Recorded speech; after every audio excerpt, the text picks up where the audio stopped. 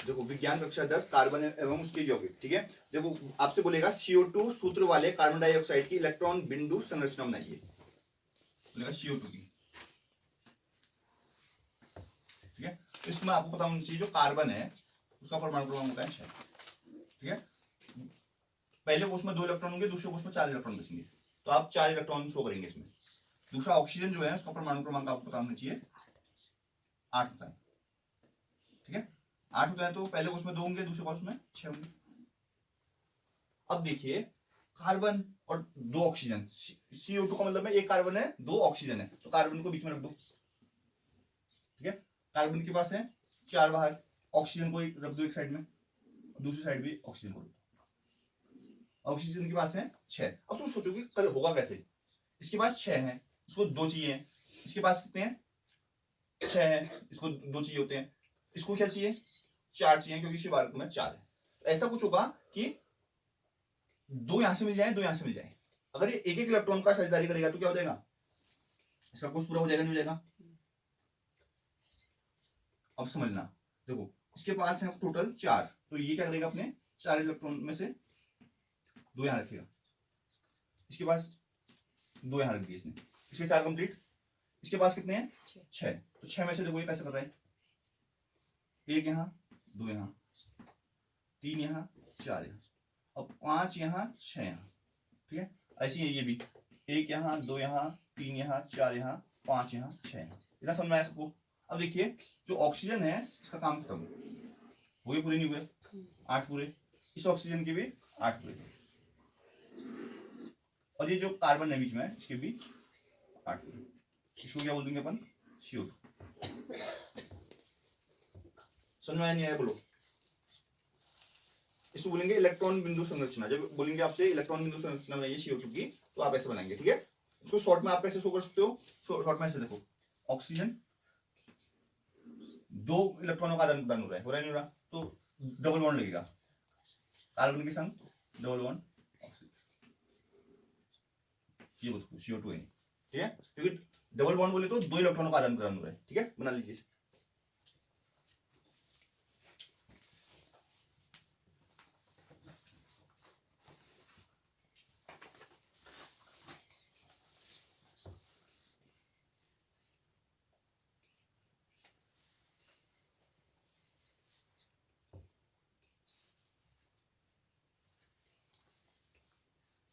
Carbon के बारे में मैं बता चुका हूं आपको। कार्बन के 2 गुणधर्म कौन से हैं जिनके कारण हमारे चारों कार्बन यौगिक की विशाल संरचना दिखाई देती है, बोलता है, ठीक है। तो क्या बोलेंगे आप, एक तो संकलन गुण बताया था मैंने, एक चतुर संयोजकता। संकलन क्या बोलता है, कार्बन में अन्य कार्बन परमाणु के साथ आबंध बनाने की अद्वितीय क्षमता होती है। इसमें यूनिक क्वालिटी है, जिसमें लघु से दीर्घ अणुओं की एक विस्तृत श्रृंखला की प्राप्ति होती है। इन यौगिकों में कार्बन की रिजु श्रृंखला, साकित श्रृंखला तथा वलयाकार श्रृंखला हो सकती है। कार्बन परमाणु का यह विशिष्ट गुण संकलन कहलाता है, मतलब लंबी लंबी चैनल बनाएगा ये मेनली। चतुर संयोजकता मतलब कार्बन की संयोजकता 4 होती है, इसलिए यह 4 अन्य कार्बन परमाणु अथवा इन्हीं एकल संयोजी तत्वों के साथ आबंध बनाने की क्षमता रखता है। इसके परिणाम स्वरूप कार्बन यौगिकों की विशाल संख्या का निर्माण होता है, ठीक है। अब मैं बता रहा हूं एसिड की स्ट्रक्चर, ठीक है, इलेक्ट्रॉन बिंदु संरचना के साथ एसिड का, जो कि बहुत पूछा जा रहा है। आपसे बोलेगा सल्फर के 8 परमाणु से बने सल्फर के अणु की इलेक्ट्रॉन बिंदु संरचना बनाइए, ठीक है, तो जिसको हम एसिड बोलेंगे। तो सल्फर जो होता है आपको पता है 16 होता है, जिसके पहले कोष में होंगे 2, दूसरे में 8, तीसरे में जाएंगे 6, ठीक है। 2 8 6 के हिसाब से होगा। अब आपने बनाने हैं एस कितने 8, तो कैसे बनाओगे, देखो एक सल्फर यहां बैठेगा, दूसरा सल्फर यहां बैठेगा, तीसरा सल्फर यहां बैठेगा, ठीक है, फिर चौथा यहां बैठेगा, पांचवा यहां बैठा दो, छठा यहां बैठा दो, सातवां यहां बैठा दो, आठवां यहां बैठा दो, हो गया 8, 1 2 3 4 5 6 7 8, क्लियर है। अब देखना गौर से, इसके होते हैं कितने 6 होते हैं वाले कोष में, ठीक है। तो 6 कैसे कॉम्बिनेशन बनेंगे देखना गौर से। 6 में क्या करो, मान लेते हैं ये है 1 2 3 4, पांचवा यहां रख दो, छठा यहां, ठीक है। मेनली मतलब इसको शॉर्टकट में समझा देता हूं आपको, देखो 1 2 3 4 5 6 7 8 क्या करता है, एक एक इलेक्ट्रॉन का आदान प्रदान करता है, ऐसा करता है। ये है ऐसे। अब देखना इसको ऐसे कैसे शो करेंगे, देखो इसके पास है 6, तो 4 इसने अपने पास रखे, एक बगल वाले को दूसरा बगल वाले को दे दिया, ठीक है। इसमें भी सेम ये ऐसे करता है, एक यहाँ वाले को एक ऊपर वाले को, ये भी ऐसे करेगा, एक यहाँ वाले को एक नीचे वाले को, ये भी सेम यही रिपीट करेगा, एक इसको एक इसको, ये भी ऐसे करने वाला है, इसको इसको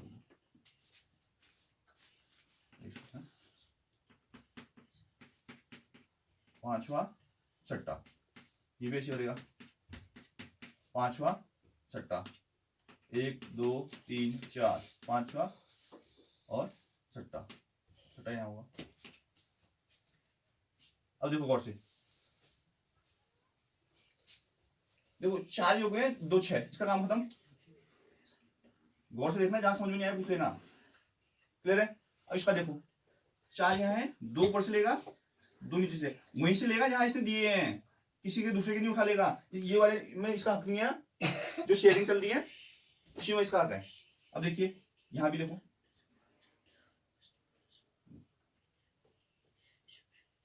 ये देखो ये 4 यहां से लेगा, ये बिल्कुल ठीक है। अब इसका देखो कैसे लेगा, यहां से लेते हुए जाएगा, 8 हो रहे हैं। अब देखो इसको ऐसे जाएगा कुछ, 2 2 4 2 6 2 8, ठीक है। अब इसको देखो कैसे जाएगा, ऐसे होते हुए जाएगा, और लास्ट बच गया है, इसको ऐसा आएगा। समझ में नहीं आ रहा है सेट, दोबारा समझा रहा हूं, एक बार और देख लीजिए, सामने देखिए। देखो जो सल्फर है, सल्फर का परमाणु क्रमांक होता है 16, एसिड का परमाणु स्ट्रक्चर बना बोलेगा, तो क्या करेंगे आप, 16 जो होता है वो किस हिसाब से आएंगे, पहले कोष में 2 जाएंगे, दूसरे में 8, तीसरे में 6 जाएंगे, ठीक है। तो 6 अगर बाहरी कोष में है तो इसका मतलब क्या है, जैसे सल्फर होंगे S8 बोला है, तो पहले तो S8 कर दीजिए, ऐसे कर दीजिए S8, बाहरी कोष में है 6, तो क्या होगा, 2 ऊपर 2 नीचे, एक बगल वाले में और दूसरा बगल वाले में, ठीक है। इसने भी ऐसे किया, सेम प्रोसेस चलती रही, सिंगल बॉन्ड बनेगा बोल रहा हूँ सब में, ठीक है। तो टोटल होने चाहिए 8 इलेक्ट्रॉन, तो 8 के लिए क्या करा हमने, देखो इस सल्फर के देखो गोला जो मारा है हमने, 2 2 4 2 6 2 8, इसका भी देखो 2 2 4 2 6 2 8, 2 2 4 2 6 2 8, 2 2 4 2 6 2 8, 2 2 4 2 6 2 8, 2 2 4 2 6 2 8, 2 6 2 8, 2 2 4 2 6 2 8, कंप्लीट हो गया, ऐसे 8 का स्ट्रक्चर हो गया, क्लियर है। तो आता है, बार बार पूछ रहे हैं चीजें, है ना।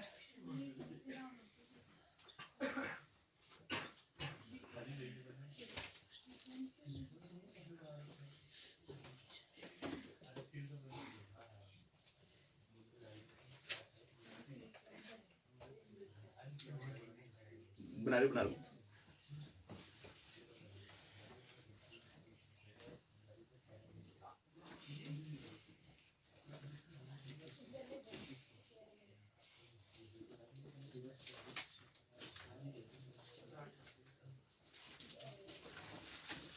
अब पूछ रहे हैं कुछ यौगिकों के नाम पूछ रहे हैं कि इनका नाम क्या बोलोगे आप, नामकरण का थोड़ा बोल रहे हैं, ठीक है। तो मैं समझाता हूँ आपको नामकरण कैसे करेंगे।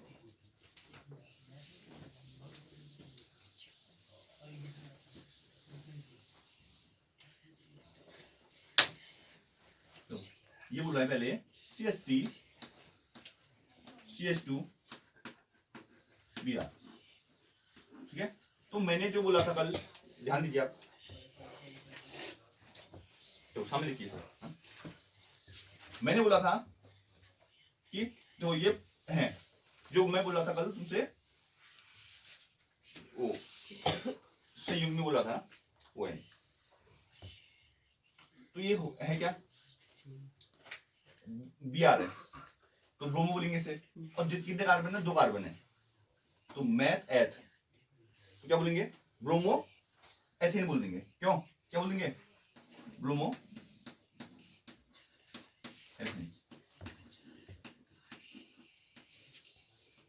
जुड़ा हुआ होता है ना, उसको सबसे पहले नाम बोलते हैं ना, तो ब्रोमो का नाम आएगा सबसे पहले, और दो है तो एथिन, ब्रोमो एथिन बोल देंगे। ठीक है, अगला देखो, ये अक्सर पूछा जा रहा है, ये ऐसा करके स्ट्रक्चर दिया जाएगा, तो आपको पता होना चाहिए। इसमें एक कार्बन पहले दो, और ग्रुप कौन सा रहा है, देखो C डबल O, और ऊपर इस साइड H बोला है, तो अल वाला ग्रुप रहा है, तो मैथेनल हो जाएगा। क्या हो जाएगा?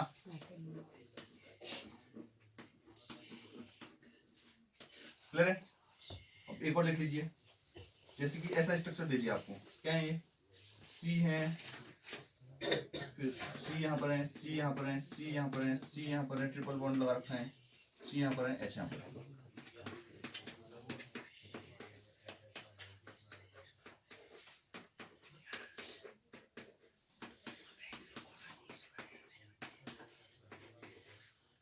ठीक है, तो ऐसा वो दे रखा है।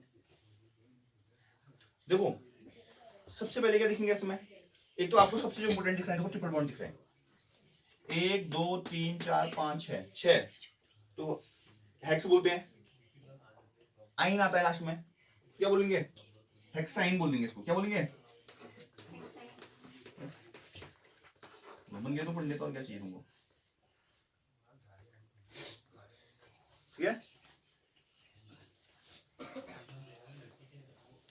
जेल नामकरण पर इसका यूनिट उले से जहां सब आपको बंद रिया।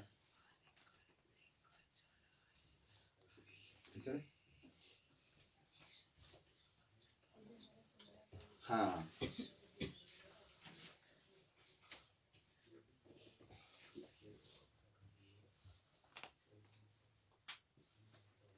क्या आप डिटर्जेंट का उपयोग कर बता सकते हैं कि कोई जल कठोर है अथवा नहीं?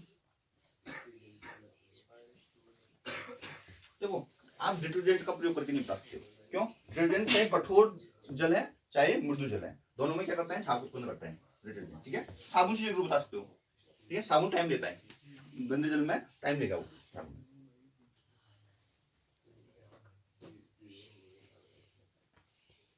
बोल रहे हैं खाना बनाते समय यदि बर्तन की तली बाहर से काली हो जाती है तो इसका मतलब है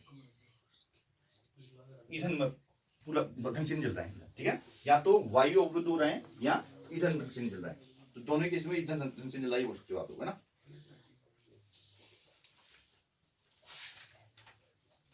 ये इलेक्ट्रॉन बिंदु संरचना तो क्लियर हो गई, अब ज्यादा बताने की जरूरत नहीं, हो जाएगा ना।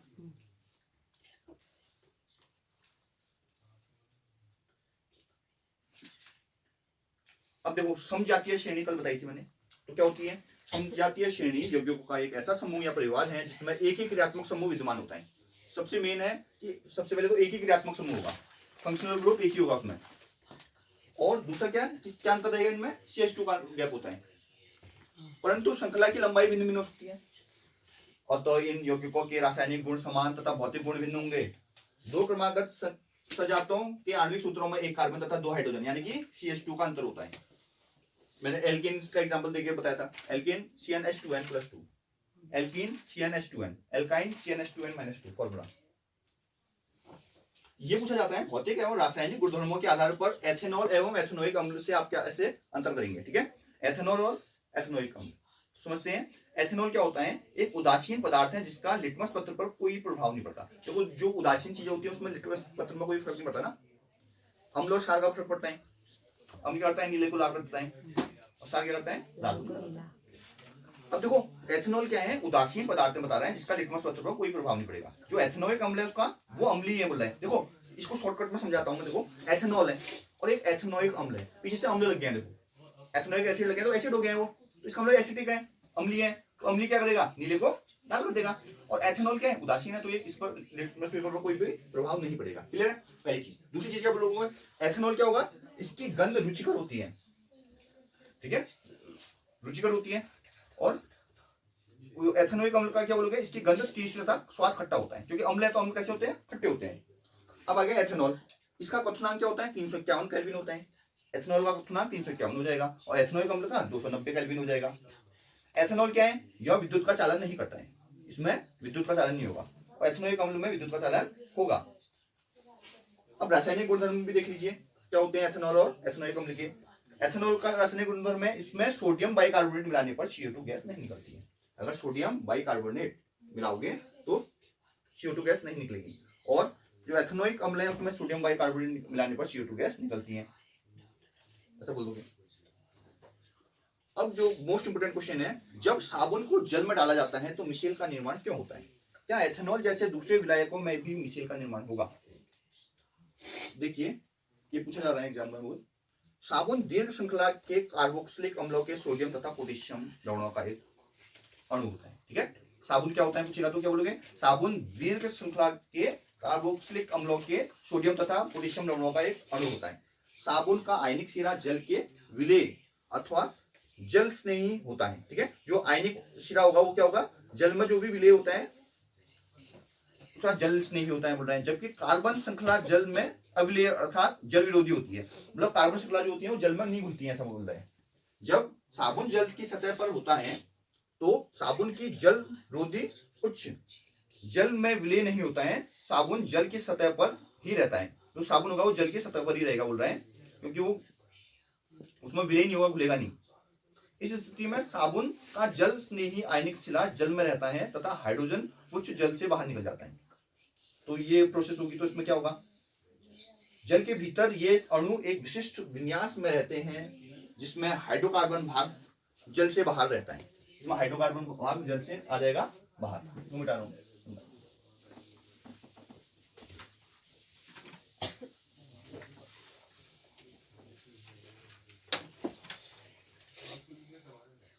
ऐसा अणुओं के गुच्छ बनाकर संभव होता है जिससे जल विरोधी गुच्छ के भीतर रहते हैं तथा आयनिक सिरा गुच्छ की सतह पर रहता है। इस प्रकार साबुन में अणु मिश्रण का निर्माण करते हैं। देखो मिश्रण का निर्माण होगा कैसे समझना।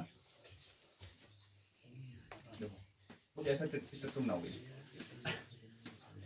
जैसे एक टाइम तुम सूरज बनाते थे बचपन में, ऐसा कर दोगे, बीच का एरिया छोड़ दोगे, ठीक है। और जगह जगह Na पॉजिटिव लिख दोगे। क्या लिख दोगे? Na positive. ये हो गया तुम्हारा मिश्रण का निर्माण। नीचे लिख दोगे मिश्रण का निर्माण। क्लियर है?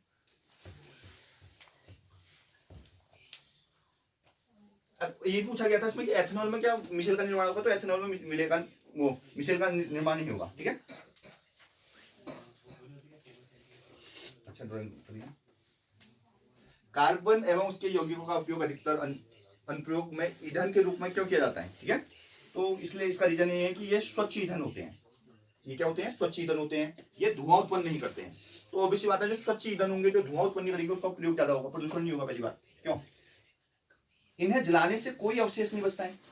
जैसे कि लकड़ी वगैरह जलाते हो आप, अवशेष बचते हैं ना, राख बच जाती है, कई बार कोयले बच जाते हैं।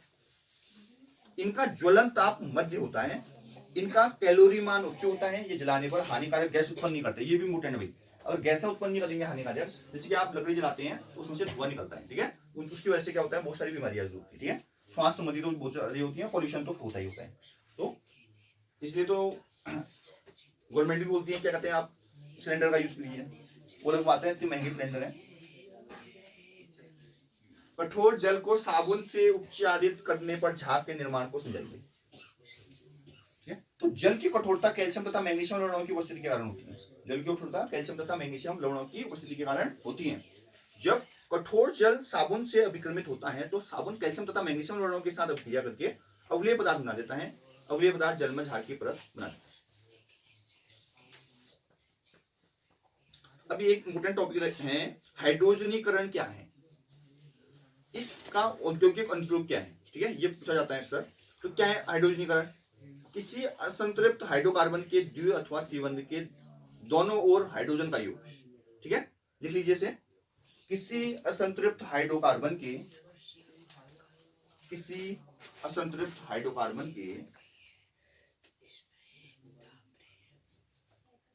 द्वि अथवा त्रिबंध के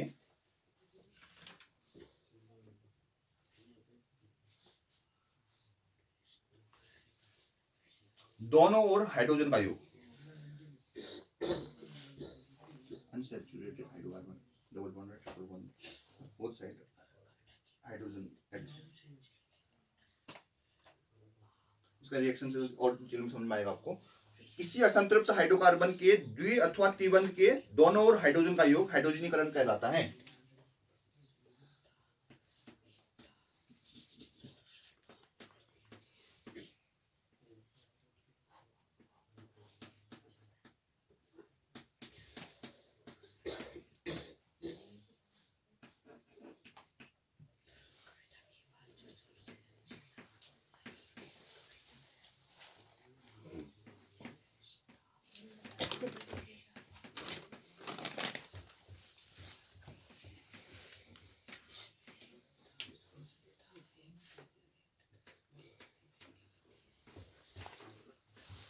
ठीक है, ये रिएक्शन लिखिए।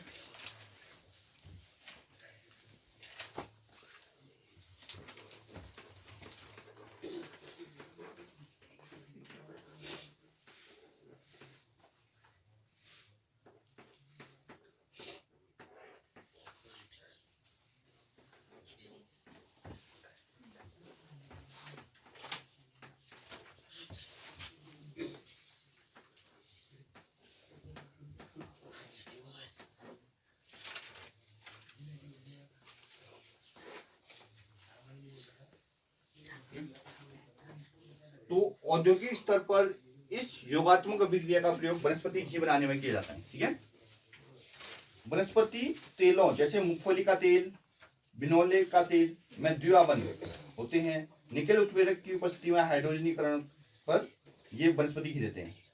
ये रिएक्शन है उसकी।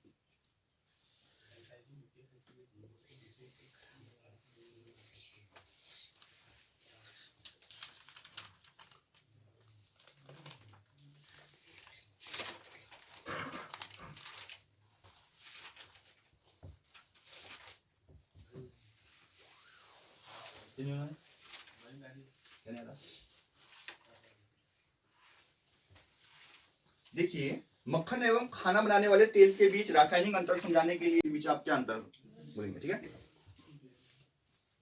मक्खन सफेद सफेद दिखेगा, है ना। देखो, मक्खन एवं खाना बनाने वाले तेल के बीच रासायनिक रूप से अंतर स्पष्ट करने के लिए इन दोनों को निकेल उत्प्रेरक की उपस्थिति में हाइड्रोजन गैस के साथ अभिक्रिया करते हैं। ठीक है, निकेल उत्प्रेरक की उपस्थिति में हाइड्रोजन गैस के साथ अभिक्रमित करेंगे। इससे निम्नलिखित परिणाम निकलेंगे। क्या निकलेंगे भाई? द्विआबंध युक्त खाना बनाने वाला तेल हाइड्रोजन के साथ 473 केल्विन पर वनस्पति घी देगा। ठीक है, ये रिएक्शन है। देखो, द्विआबंध है खाना बनाने वाला तेल, निकेल उत्प्रेरक की उपस्थिति में 473 केल्विन पर क्या देगा? वनस्पति घी देगा। ये रिएक्शन काम आ जाएगी वहां पर। ठीक है, एकल आबंध युक्त मक्खन हाइड्रोजन से अभिक्रिया नहीं करेगा। चलो, क्योंकि एकल आबंध है उसमें हाइड्रोजन से अभिक्रिया पॉसिबल ही नहीं है।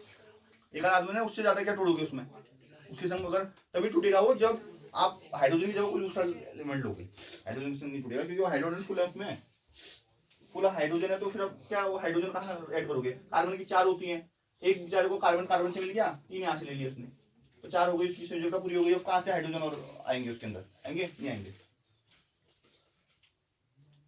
तो साबुन की सफाई प्रक्रिया समझाइए, कैसे साबुन सफाई करता है। ठीक है, तो देखिए, कपड़ों में गंदगी सामान्यतः तेलीय पदार्थों के रूप में अवशोषित होती है। ठीक है, कहने का मतलब ये है, या तो हमने खाना खाया, कुछ दाग लग गया, सब्जी वगैरह गिर गई, या हमारा शरीर भी मतलब ऑयली, जो पसीने वगैरह आते हैं ना, ऑयली स्किन होती है हमारी, समझ लो, तो तेलीय मतलब गंदगी होती है हमारी, समझ लो, ऑयली। कपड़ों में गंदगी सामान्यतः तेलीय पदार्थों के रूप में अवशोषित होती है। इससे जल से नहीं हटाया जा सकता। अब तुम कपड़े धोने लगे पानी से, साफ नहीं होंगे। तो यही बोल रहा है, इसे जल से नहीं हटाया जा सकता। किसको? तेलीय गंदगी को। ठीक है, क्योंकि यह तेलीय गंदगी जल के साथ भली भांति मिश्रित नहीं होती, मिलती नहीं है उसके साथ में, तो हटेगी कैसे? परंतु जब एक गंदे कपड़े को साबुन के घोल में डाला जाता है तो गंदगी तथा चिकनाई स्वयं ही साबुन के अणुओं के हाइड्रोकार्बन घटक से जुड़ी आती है। ठीक है, तो जब हम क्या करेंगे, गंदे कपड़े को किसमें डालेंगे? साबुन के घोल में, तो गंदगी तथा चिकनाई स्वयं ही क्या करेगी? साबुन के अणु के हाइड्रोकार्बन घटक से जुड़ी आती है, हाइड्रोकार्बन घटक से जुड़ जाएगी। साबुन का जो आयनिक शिरा है वो COONA, जो जल के अणुओं से जुड़ जाता है। आयनिक शिरा जल के अणुओं से जुड़ जाएगा, किसका? साबुन का। हाइड्रोकार्बन घटक को गंदगी के साथ कपड़ों की सतह से दूर धकेल देता है और कपड़ा क्या हो जाता है? साफ।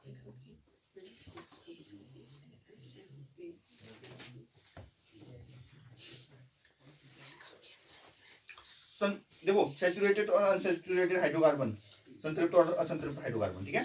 तो आपको बताया था मैंने, संतृप्त किसे बोलते हैं, एकल आबंध वाले को, सिंगल बॉन्ड वाले को, ठीक है, और असंतृप्त किसे बोलते हैं, डबल और ट्रिपल बॉन्ड वाले को। क्लियर है, पेपर में पूछा जा रहा है। सजातीय श्रेणी आप सभी से समझ चुके हो, जिनके बीच में CH2 का गैप होता है और इनमें क्या कहते हैं, एक ही क्रियात्मक समूह रहेगा, फंक्शनल ग्रुप एक ही रहेगा।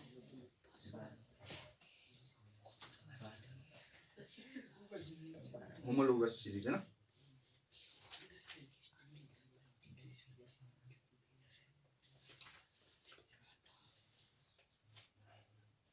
समवेतता आपको कल बता दी थी मैंने, क्या होगा, अणुसूत्र समान होगा पर उसका संरचनाएं भिन्न भिन्न होंगी।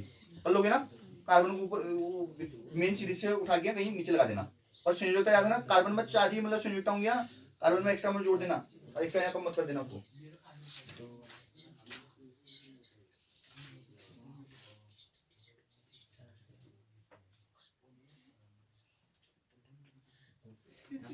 तो बोलता है H2 तथा HCl अणु दोनों में एकल सहसंयोगी आबंध होते हैं, परंतु एक दूसरे से भिन्न क्यों होते हैं। तो जैसे H2 है या चाहे HCl है, ठीक है, समझते हैं इसको, मिटा देता हूं ना।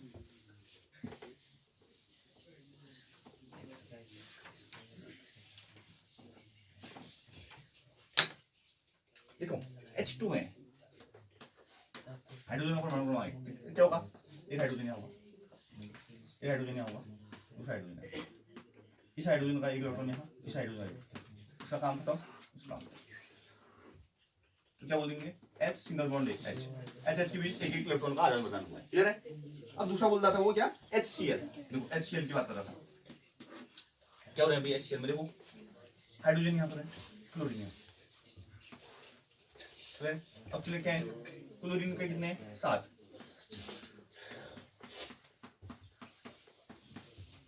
इसका 1, इसका काम खत्म, इसका काम खत्म, इसके 8 पूरे, इसके 2 पूरे, समझ में आया। ये हो गया क्या, HCl, ऐसा करेंगे, सिंगल बॉन्ड पूरा है, ठीक है। तो क्या बोलेंगे अपन, तो H2 तथा HCl दोनों ही सहसंयोजी आबंध होते हैं, परंतु H2 में समान तत्वों के परमाणुओं के बीच आबंध होता है, इस प्रकार यह अणु समनाभिकीय द्विपरमाणु है। HCl में यद्यपि H तथा Cl दोनों अधातु हैं, परंतु ये भिन्न भिन्न तत्व हैं, इस प्रकार विषम नाभिकीय द्विपरमाणु कहलाते हैं। तो अलग अलग है, मतलब ये बोल देंगे आप, एक में हाइड्रोजन एक में क्लोरीन है, दोनों में, पहले वाले में क्या है, दोनों ही हाइड्रोजन है, समान है, समनाभिकीय बोल देंगे इसको।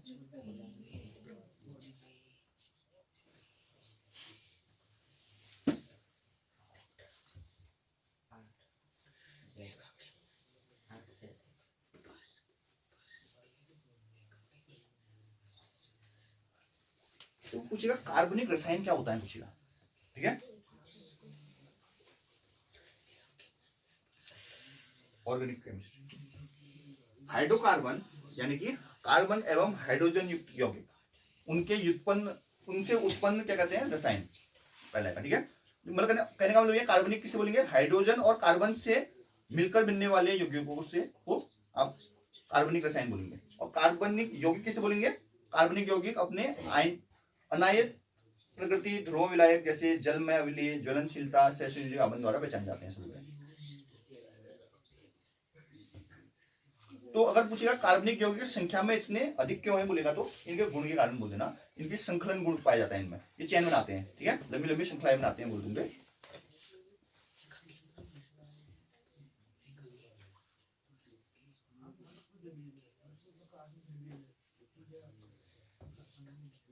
अगर तुमसे बोलेगा एथाइन की इलेक्ट्रॉन बिंदु संरचना बनाओ, तो बना दोगे।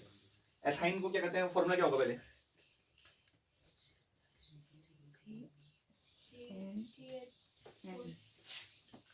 हो गया,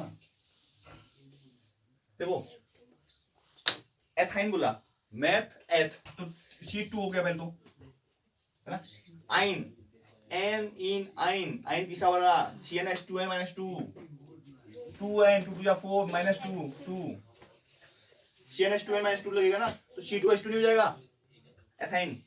एन इन आइन बताया था ना, एल्केन एल्कीन एल्काइन, एल्काइन मतलब में आएगा ना ये, क्योंकि पीछे से एथाइन आया है, C2H2 का। क्लियर है। अब बनाओ इसकी स्ट्रक्चर, तो ऑब्वियसली बात है आइन वाले में ट्रिपल बॉन्ड होता है भाई, ट्रिपल बॉन्ड होता ही नहीं है। तो ट्रिपल बॉन्ड अगर रहेगा कैसे होगा, तो कुछ ऐसा होगा, कुछ कार्बन ट्रिपल बॉन्ड कार्बन, एक हाइड्रोजन है एक हाइड्रोजन है, ये स्ट्रक्चर होगा। अगर इलेक्ट्रॉन बिंदु संरचना बोलेगा तो कैसे बनाओगे, एक कार्बन यहाँ बना दोगे, दूसरा कार्बन यहाँ बना दोगे, ठीक है। अब बनाओ ट्रिपल बॉन्ड बोले तो तीन तीन इलेक्ट्रॉनों का आदान प्रदान, कार्बन में 4 होते हैं तो 3 ये कार्बन यहाँ रखेगा, 3 ये कार्बन यहाँ रखेगा, इसके तो 6 पूरे हो गए। अब एक बचा है इसके पास, यहाँ रखेगा, इसका भी एक बचा है, एक यहाँ रहेगा। यहाँ पे बेचारा हाइड्रोजन जो बैठा हुआ है वो लो, हाइड्रोजन के 2 पूरे, इस हाइड्रोजन के 2 पूरे, तो इस कार्बन के देखो और इस कार्बन के देखो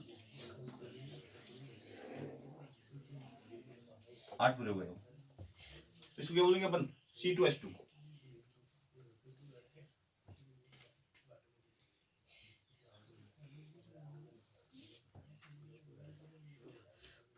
CH4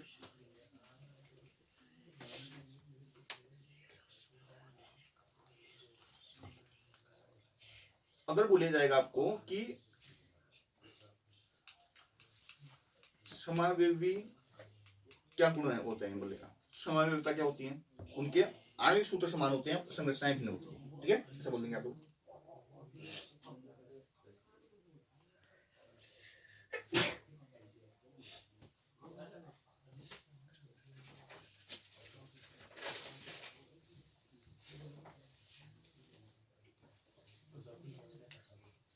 अगर पूछेगा कार्बनिक यौगिक के नामकरण की क्या पद्धति है, कैसे नामकरण करते हो आप लोग, ठीक है, तो क्या बोलोगे, सबसे पहले क्या देखते हैं हम, कितने कार्बन में काउंट करते हैं ना, कार्बन कितने हैं, ऐसे काउंटिंग करेंगे कि अधिक से अधिक कार्बन आ जाए उस चेन में, और सीरीज से चलेगा, एक कोने से दूसरे कोने में चलेगा, यानी कि तुम्हारी मर्जी से चलेगा बीच बीच में से। क्रियात्मक समूह उपस्थित होने की स्थिति में इससे यौगिकों के नाम में पूर्व लग्न अथवा अनुलग्न होगा, यानी कि क्रियात्मक समूह यानी कि फंक्शनल ग्रुप अगर अवेलेबल रहेगा तो उसके अकॉर्डिंग आप क्या करोगे, लास्ट में यूज करोगे, है ना। जैसे अल्कोहल ग्रुप है तो ऑल आएगा, कीटोन है तो ओन आएगा, कार्बोक्सिलिक अम्ल है तो ओइक एसिड आता है, इस टाइप का, ठीक है। यदि क्रियात्मक समूह को अनुलग्न की भांति व्यक्त किया जाता है तो कार्बन श्रृंखला के नाम को अंतिम की हटाकर उचित अनुलग्न जोड़ देंगे बोल रहे हैं। एल्केन एल्कीन और एल्काइन का ध्यान देंगे बोल रहे हैं, ऐसे आप एल्केन में एन आएगा, एल्कीन में इन आएगा और एल्काइन में आइन आएगा। सिंगल बॉन्ड डबल बॉन्ड और ट्रिपल बॉन्ड से आप समझ सकते हैं चीज ना।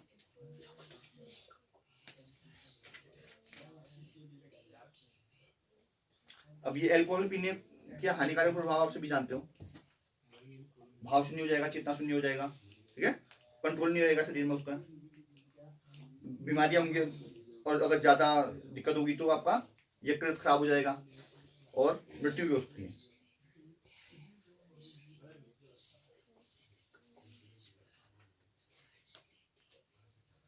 अगर बोलेगा अपमार्जक क्या होते हैं, क्या साबुन भी एक अपमार्जक है, डिटर्जेंट की बात कर रहे हैं, ठीक है। तो आप बोलेंगे कपड़े धोने तथा अन्य वस्तुओं की सफाई करने के लिए उपयोग किए जाने वाले पदार्थ अपमार्जक होते हैं। कपड़े धोने तथा सफाई करने के लिए जो भी उपयोग किए जाते हैं पदार्थ उन्हें बोलेंगे हम अपमार्जक। अपमार्जक का शाब्दिक अर्थ है साफ करने वाला या मैल हटाने वाला। इस परिभाषा के अनुसार साबुन भी एक अपमार्जक है, साबुन भी क्या है, एक अपमार्जक है। परंतु आजकल अपमार्जक शब्द का प्रयोग सामान्यतः संश्लिष्ट अपमार्जकों के लिए किया जाता है, न कि साधारण साबुन के लिए। अब बोला है तेल तथा वसा क्या होते हैं, तो तेल या वसा लंबी श्रृंखला वाले कार्बोक्सिलिक अम्लों या वसा अम्लों का ग्लिसरॉल के एस्टर होते हैं बोल रहे हैं। तेल या वसा में उपस्थित वसा अम्लों के अणुओं में 16 कार्बन परमाणु से लेकर 18 कार्बन परमाणु तक होते हैं। ग्लिसरॉल एक अल्कोहल है जिसमें एक अणु में 3 हाइड्रोक्सिल समूह होते हैं, यानी मतलब लंबी चेन के कार्बनिक यौगिक हैं। और तेल से साबुन के निर्माण में साधारण नमक क्यों डालते हैं बोल रहे हैं, साबुन को उसके जलीय घोल में से पृथक करने के लिए साधारण नमक डाला जाता है। साबुन को उसके जलीय घोल से पृथक करने के लिए क्या करते हैं, हम साधारण नमक डालते हैं। साधारण नमक साबुन की घुलनशीलता को कम कर देगा, जिससे घोल में उपस्थित साबुन एक ठोस के रूप में अलग हो जाएगा और सतह से ऊपर तैरने लगेगा।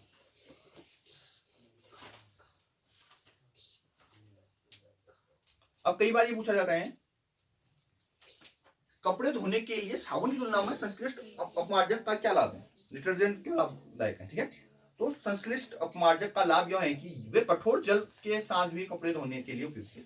कठोर जल बोले तो जो गंदा पानी है उसमें भी आप डिटर्जेंट का प्रयोग करके धोते हो, और साबुन से अगर धोगे तो बहुत ज्यादा मेहनत लगेगी और इतनी आसानी से झाग पैदा नहीं होगा, ठीक है। झाग पैदा नहीं होगा तो ऑब्वियस बात है कपड़े साफ नहीं होंगे आपके।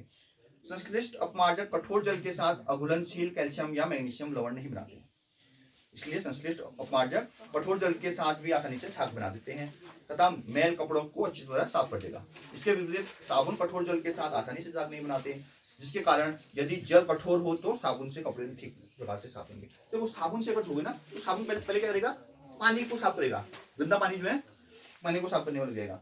धोने थे हमने कपड़े, वो पानी को साफ करने में लगा हुआ है।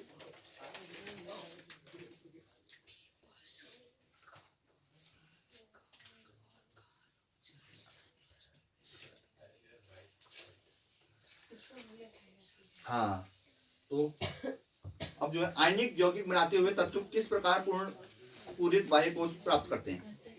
तो आयनिक यौगिक बनाते हुए तत्व बाह्यतम कोश से इलेक्ट्रॉन का त्याग करके अथवा प्राप्त करके, देखो ऑब्वियस बात है आयनिक यौगिक बनाते हुए तत्व किस प्रकार का मतलब अपना बाह्य कोश पूरा करते हैं, या तो इलेक्ट्रॉन त्यागेंगे या इलेक्ट्रॉन ग्रहण करेंगे, तभी तो आयनिक बनेंगे।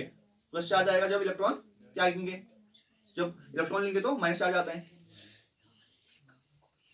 अब जो इंपोर्टेंट क्वेश्चन है, आयनिक यौगिक का क्वथनांक क्यों उच्च होता है, ठीक है।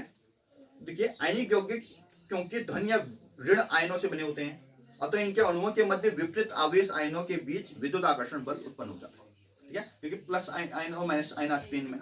फलस्वरूप स्थिर क्रिस्टल जालक होते हैं, जिसको तोड़ने में अधिक ऊर्जा लगती है, क्योंकि वे ऊर्जा तापक्रम के समानुपाती है, इसलिए इन यौगिकों के अवस्था परिवर्तन के ताप अथवा क्वथनांक अधिक उच्च होते हैं। बोला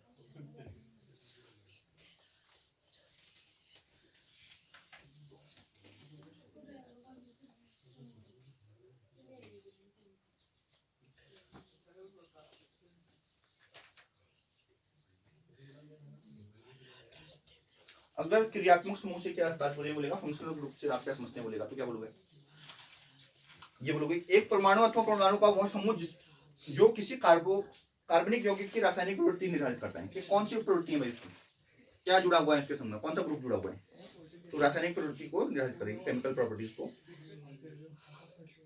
शो करेगा।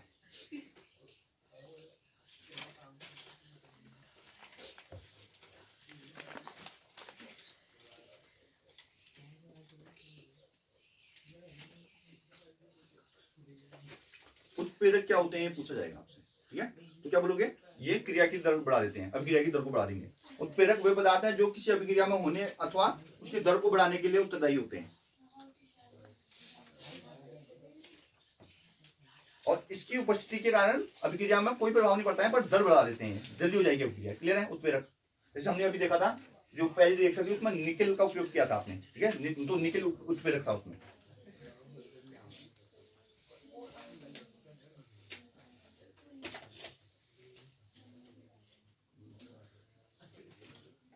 देखो इंपोर्टेंट क्वेश्चन आ गया है, उस उत्पाद का नाम लिखिए जो साबुनीकरण प्रक्रिया में साबुन के अतिरिक्त बनता है। साबुनीकरण अभिक्रिया में साबुन के अतिरिक्त क्या बनता है, तो ग्लिसरॉल लिखो, ग्लिसरॉल साबुनीकरण प्रक्रिया में साबुन के अतिरिक्त बनता है।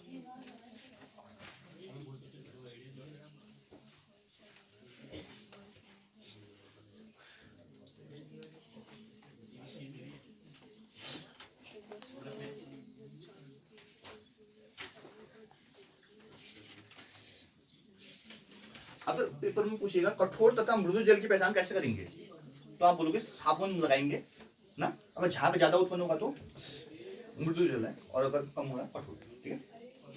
कठोर तथा मृदु जल की पहचान करने के लिए इसमें साबुन का पानी मिलाते हैं।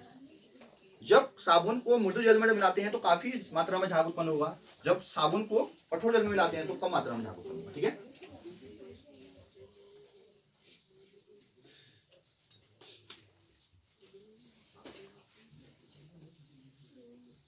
अगर आपसे पूछेगा एथेनोइक अम्ल के उपयोग पूछेगा, तो आप बोलोगे कृत्रिम सिरका बनाने में एथेनोइक एसिड, प्रयोगशाला में अभिकर्मक के रूप में, और सफेद लेड बनाने में, ठीक है। क्या बोला मैंने, कृत्रिम सिरका में, प्रयोगशाला में अभिकर्मक के रूप में, और सफेद लेड बनाने में।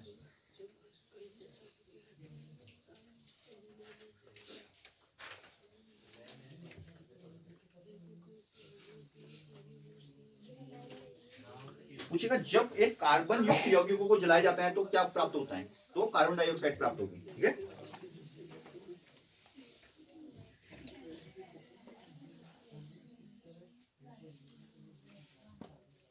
देखो उस ईंधन का नाम बताइए जो मेथेन का प्रमुख घटक है, तो आप बोल सकते हो सीएनजी या बायोगैस। ठीक है, सीएनजी या बायोगैस क्या है, मेथेन का प्रमुख घटक है। वो कार्बन के दो ग्रुप आप जानती हो, हीरे तथा ग्रेफाइट।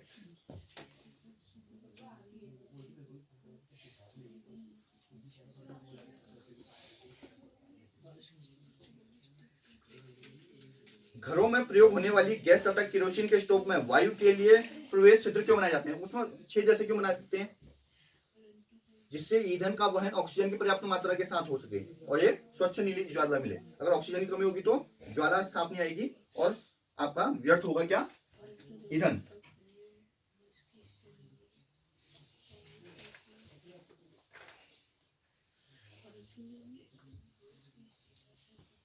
बोल रहा है औद्योगिक रूप से अल्कोहल उत्पादन के प्रक्रम का नाम बताइए, तो औद्योगिक रूप से अल्कोहल उत्पादन के प्रक्रम का नाम बोलते हैं किण्वन, फर्मेंटेशन, है ना। ये जरूर पूछा जाएगा। परम अल्कोहल क्या है, देखो एथेनॉल जिसमें अंश मात्र भी जल उपलब्ध न हो, जिसमें अंश मात्र भी जल उपस्थित न हो, एथेनॉल जिसमें अंश मात्र भी जल उपस्थित न हो, परम अल्कोहल कहलाता है।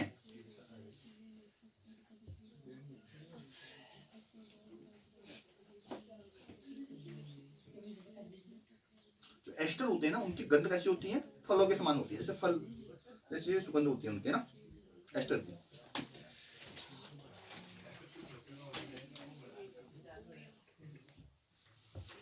क्या हो गया, ये चैप्टर के सारे क्वेश्चन हो चुके हैं। अब ये बताइए इसमें डाउट क्या है।